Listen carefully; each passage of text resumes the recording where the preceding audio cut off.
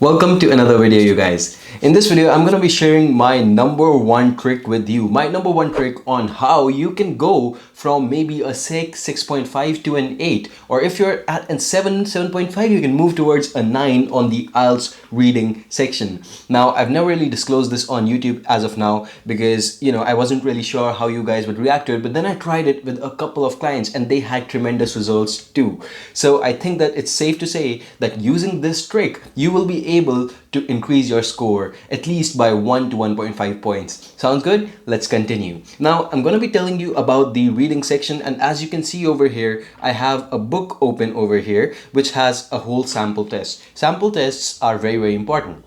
I hope you're doing plenty of them before your test. But if you aren't, make sure to use this trick on at least 5 to 10 sample tests, at least the reading sections. You should be doing that because only then will you be able to get used to this. It's a new sort of a strategy. Not a lot of people are used to doing these questions like I'll tell you how.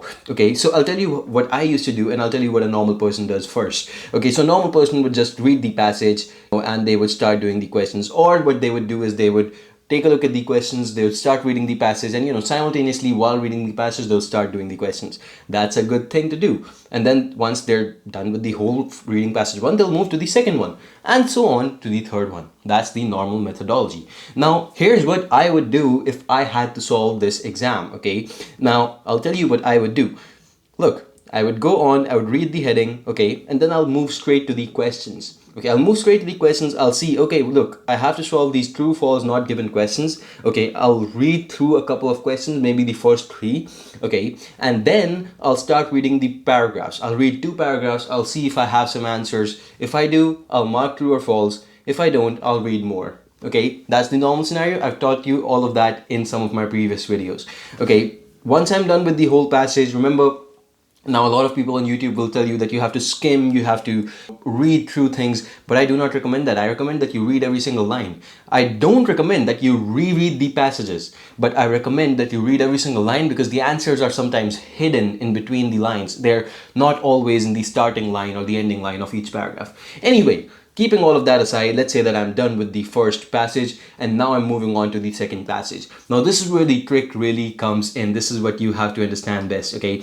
Now, if you're like me and if you're like one of the hundreds of people that I've worked with on IELTS, I understand that the list of headings questions, and you will agree with me if you've practiced these before, these are the hardest questions on the IELTS. These are the hardest because there's just too many paragraphs to go through. Look at this. There's about 8 paragraphs in this one reading passage.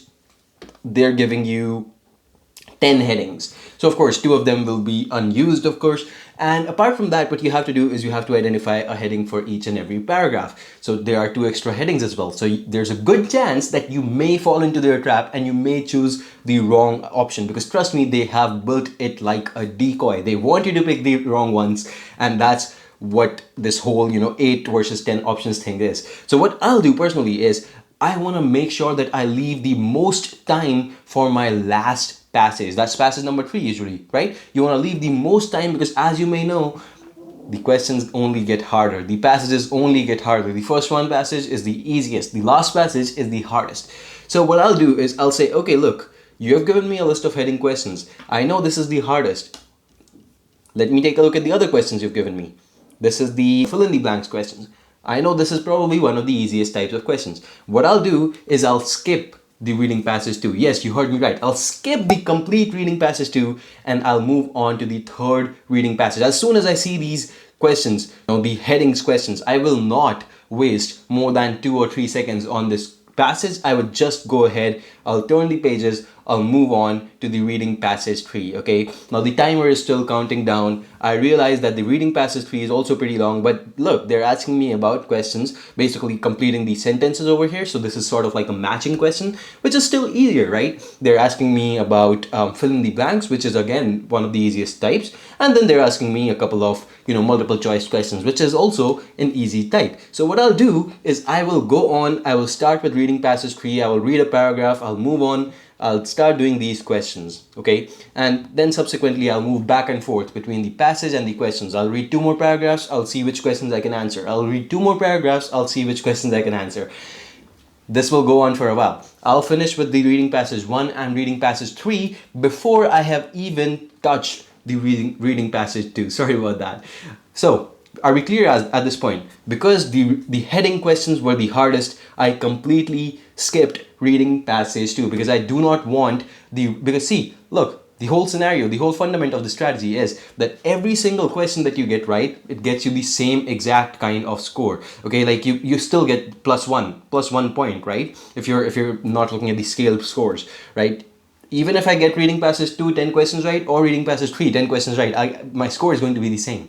Okay, so the important part to understand over here is if I do this list of heading questions first, and let's say I mix up the headings, I get the heading number 1 incorrect, the chances that I'll get one more question incorrect, because all of these headings are paired with at least one of the paragraphs. So if I use paragraph 1's heading incorrectly, that means that whatever paragraph's heading I chose, let's say which was paragraph 4, that heading is already used up in paragraph 1 incorrectly. So paragraph 4's heading is not available to me at all. So that means I'm going to make one more mistake. So I'm going to lose at least 2 points if I'm making a mistake over here. Okay, so that's what you want to avoid. Okay, these are the hardest type of questions. That's why I said. Finally, I'll move on to the reading passage 2 at the end. Okay, and at the end, of course, I want to make sure that I'm leaving a good amount of time for me. I'm leaving at least more than the usual amount of time I'm given per passage, and that is very, very important. If you can do that, you can basically sail through the passages. All right. So then I'll start reading the passage over here. Then I'll start matching these headings. I'll try to do the best version of it as I can. And that's how you get through the IELTS reading section. And trust me, guys, this has helped hundreds of people I know score better than they were doing. And it instantly increases your scores. Instantly. Especially if you have issues with the timing. You're short on timing and you were not able to solve the easier questions just because you were spending too much time on the harder ones. Use this. This is it, man. All right, so yeah, that's what we are going to do. And there's a lot more strategies I can give you for other sections. Let me know though, once you practice this strategy, practice it on at least 5 to 10 tests. If you're not sure where to get your study material, you can go onto the website URL that I'm using over here. It's called newstudymaterial.com. I'll link it in the description as well. You can get all the IELTS material over there. But at the end of the day, let me know how this worked for you, because if it does, I have a lot more tricks for you in store when it comes to the speaking section, the writing section, and the listening section as well. So I will be sure to bring them to you in time. All right, comment down below and let me know. Thank you so much for watching this video. I will see you in the next one, and all the best for your IELTS. Goodbye, take care.